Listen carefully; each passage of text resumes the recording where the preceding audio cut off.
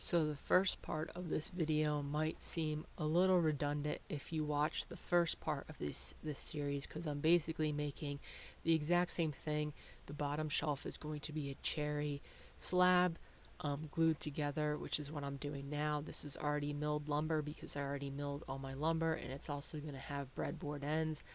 Since this is the shelf that's underneath the tabletop, it's not going to be as visible as the tabletop, so I picked the pieces that had the knots and some of the uneven bottoms for this because, like I said, you won't be able to see them nearly as much, especially on the underside of the table. It's only going to be 3 inches from the ground. So on these glue ups, I put these cawls on the end in order to keep these tabletops as flat as possible. In these smaller sort of shops like mine, where I don't have a ton of high-end milling machinery, it's really hard to get these boards as perfectly flat, so I like to use the cawls to ensure that they stay as flat as possible during glue up.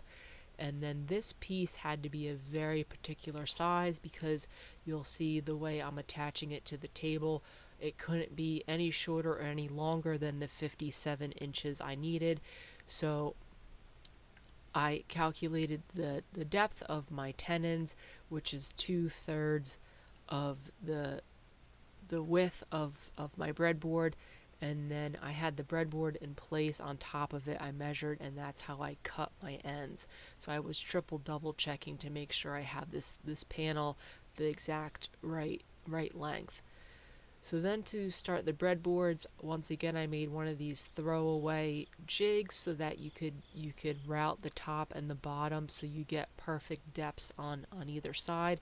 It's a very simple jig that uses a scrap piece of the tabletop sandwiched between two pieces of plywood, and that acts as a fence for your router. Then I go through and find center, and I make 2 little test cuts to make sure I'm at the right spot. And I'm even using some calipers in order to make sure that it's going to be about 1/4 of an inch, which is what I'm looking for. So this time around I had the 3/4 inch straight bit still in my router from cutting the mortises, and it's a very new bit, so I decided to try that out on the breadboards, and that worked, and it worked really well, so I didn't have to make a series of grooves. This was a 3/4 inch groove. So then I could flip it over with that jig and then do the exact same thing on this side, cut that 3/4 inch groove.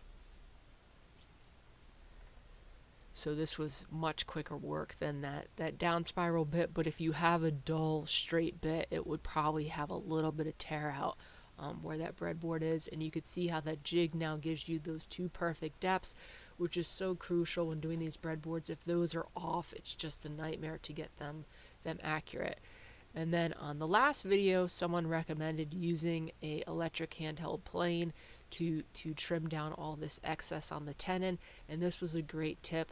This ended up working really fast, and it would work even faster. I was removing a very small amount of lumber with each pass because I don't have a ton of experience with electric planers. This was one I bought like a year ago, and I've never actually used it, so I got it down pretty close and then cleaned it up with a hand plane, but this was much quicker than using the router, so that was a great tip. You could see it's a little cleaner as well. So just like the last one, now I could go through and add my 3/4 inch haunch to the bottom side of that tenon, and then split this up into smaller tenons so that the piece doesn't move as one whole. If you split this up, the seasonal movement is not as severe as if it's one straight piece.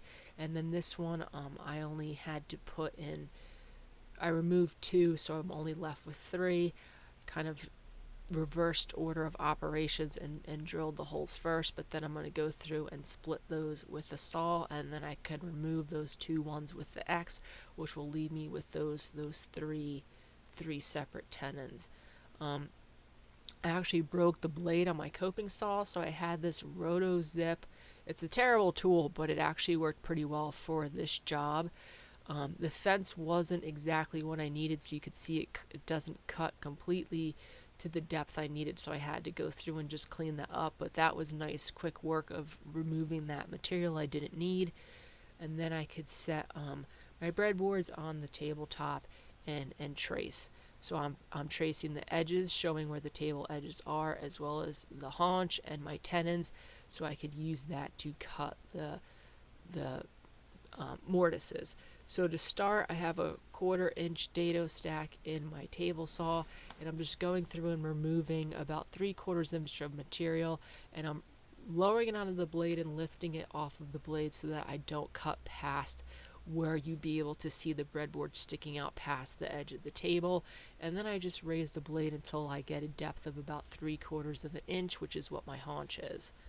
I didn't show it in this video, but afterwards, because I'm getting a rounded over part of that table saw blade, I mortise out the edges. Then I could go through with a 1/4 inch drill bit and tediously drill out those holes, because I could get the depth I need with my drill press. So I'm just using the pencil marks I have and drilling out those mortises to go over the tenons. So this is just testing to see how high I want that shelf to be. The customer said between 3 and 4 inches, and I ended up going with the thickness of the table leg, which is about 3 inches. So it worked out nicely, because I could also use the table leg to mark where I have to put my mortises to connect all these pieces together. So in the last video I didn't show this because my camera, I thought it was on, but it wasn't. But this is drilling 3/8 inch holes for the dowels, which will go through the breadboard as well as through my tenons, and that holds the whole piece in place. So I could then hammer this back in place, and these two breadboards went on really well. I had very little cleanup or fitting to do with them. And then once those are in place, I can mark centers with a drill bit, because then I could take the breadboards off and move those marks a 1/16 of an inch closer to the tabletop, so I could bore the breadboard to the tabletop once it's time to finally assemble it. It just makes for a nice tight joint. So I didn't have dowels for this. I needed 3/8 inch cherry dowels. So I decided to make some. This is not a design of my own. There's a ton of videos on YouTube showing you how to make dowels.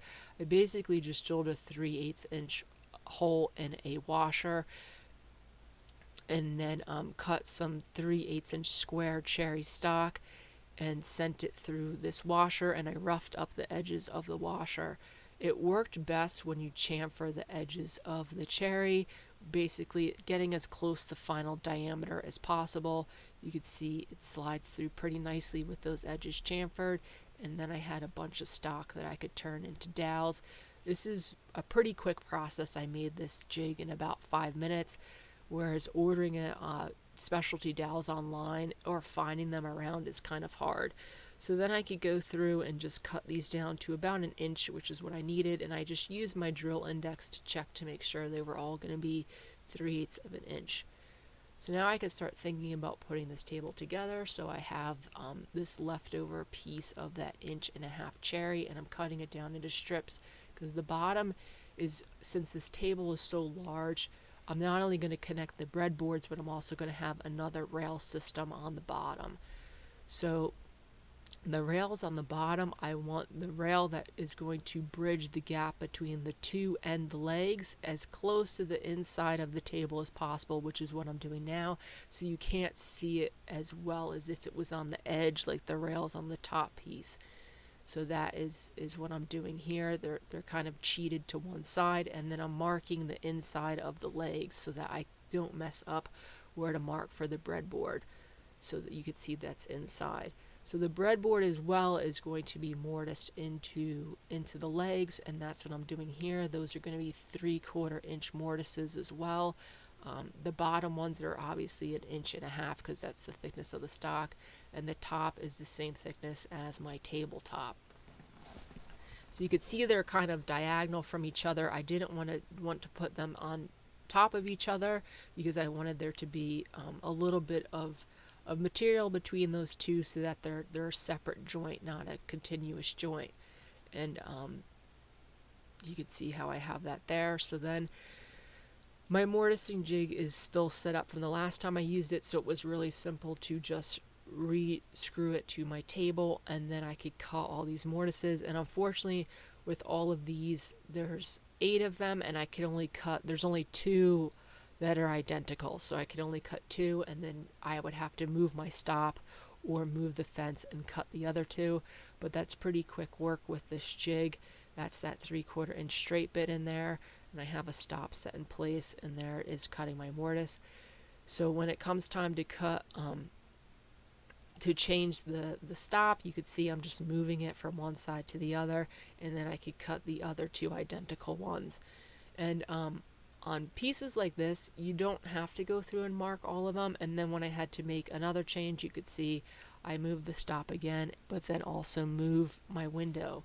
So with that jig, it's nice because I mark all of my pieces so you could see it in the window and know you're cutting the proper ones. So then the rails for the bottom, I'm adding dados to connect those 2 long pieces of cherry. Same process as before. I have a stop set up on my table saw so I could cut one side, flip it around, and cut the other so they're exactly the same distance coming off the edge. So those are those set into place. You can see I now have the dado grooves for those 2 long aprons that are going to go on the bottom. And I kind of use apron and rails interchangeably in both of these videos, but I'm speaking about the same thing. So then it comes time to put the breadboard in place, and I'm using that same leg as a spacer. This breadboard is going to bridge this gap as well. And in order to get these measurements, I'm measuring right off the table legs because at some point I realized that I was about a 1/16 of an inch off square, so these lines are actually not perfectly square. You'll see how I cut them later. So I had the edge marked as well as the edge. I had the edge of the table originally marked, and then I'm marking the edge of where the legs are. That will be a cut, and then I'm marking a 3/4 inch tenon at the same distance of where my mortise holes are. Now you could probably cut the tenons on your breadboard first and then the mortises. I just cut the mortises because I already had the jig set up. So you can see that's the edge of the table, and then this is all the material I have to remove, and I'm left with that 1 tenon. So to start, I cut off that scrap piece so that it's the width that I need to fit into the mortise holes. Then I transfer some marks onto the side because I'm going to be making all these cuts on the table saw. The cleanest way to get the cuts, so I just go through and just follow those marks. I cut most of these a little shy of my lines because, like I said, they weren't all perfectly square, and then I just went and cleaned them up with the chisel. And this one wasn't tall enough, so I could only cut a little bit, and then I would have to saw that out. You can see I'm just cutting to the edge of those marks and making that tenon that's going to fit into that mortise I just made. So you can see here I'm just sawing off the rest of that material.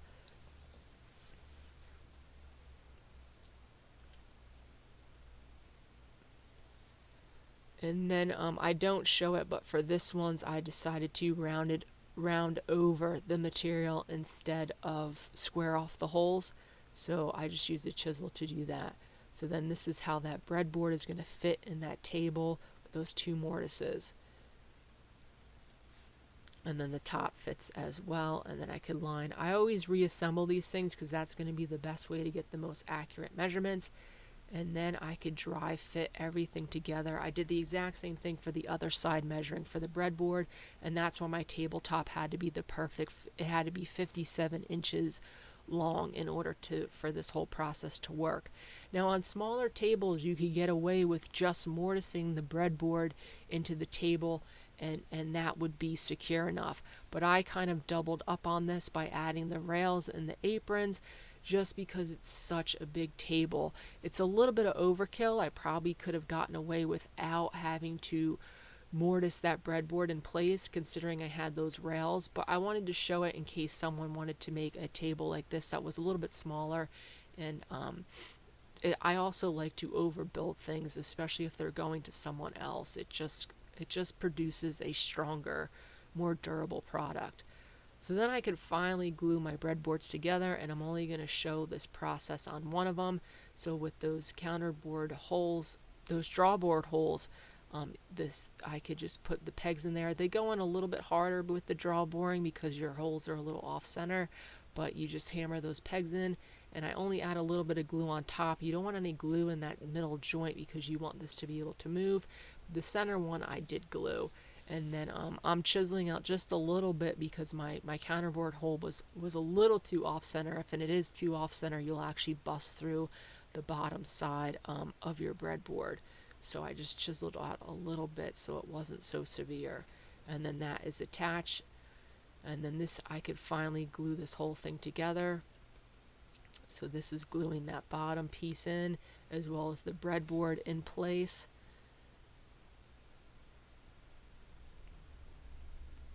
And then I could just hammer it. This was, everything fit together real nice, and they were a nice tight fit. And then I could do the same thing on the other side, get everything in place. It was a little bit of a jigsaw puzzle, and I thought I filmed it, but I didn't. After everything dried, I flipped over the tabletop and added those 2 long rails on the bottom. I'd only put glue in those as well. So then, clamping this all together, it went together pretty squarely because of all the solid joints, but like I said, somewhere along the way the table came out of square by like a 1/16 of an inch, which is something only I'm gonna notice. The customer won't notice. I just had to shave down a little bit of material off of the edge of one of my breadboards so that it was flush with that tabletop. But then once I had all the table legs squared up, I could put the top aprons on, and I dread glue ups. I absolutely hate them. I don't think most people like them, but this went together really well, especially considering all of the components that had to fit into place. And so I was pretty happy about that. You could see I'm a slob with the glue though. There's glue dripping everywhere. I do get a rag with some water on it and clean that up because it's just a pain to try and get it off. So then I didn't film sanding this. I sanded it to 120 grit. It was already pretty clean because the planer leaves the wood fairly clean. And then I'm putting some pre-stain on it, even though this table is not going to get a stain. With cherry, since it's a fine grain lumber, it will even out the grain a little bit. And it also reveals glue spots, which you can't really see until you put something on it, and it's a quick, easy way to avoid catastrophe. For example, that is a glue spot that I couldn't see, but the pre-stain shows it, and then I could re-sand it. And then the finish for this is water locks. I like water locks on especially sort of utilitarian pieces of furniture because it is a waterproof rated finish. It's not going to be as durable as epoxy, but it's pretty durable. And for places you might put cups and with condensation. So this will probably get about 4 coats, but I'm not going to film all of that in this video. There's a couple little things I did at the end. I filled the knot holes with epoxy and stuff. This time of year things start getting really crazy, so I kind of missed on filming a couple things and just opted not to film other things. The basic gist of the finishing the table is there, and I'll update the thumbnails and everything once this is completely finished. But that's basically what it looks like. The top was just finished and the bottom was already dry, which is why there's a contrast there, but that is what it looks like.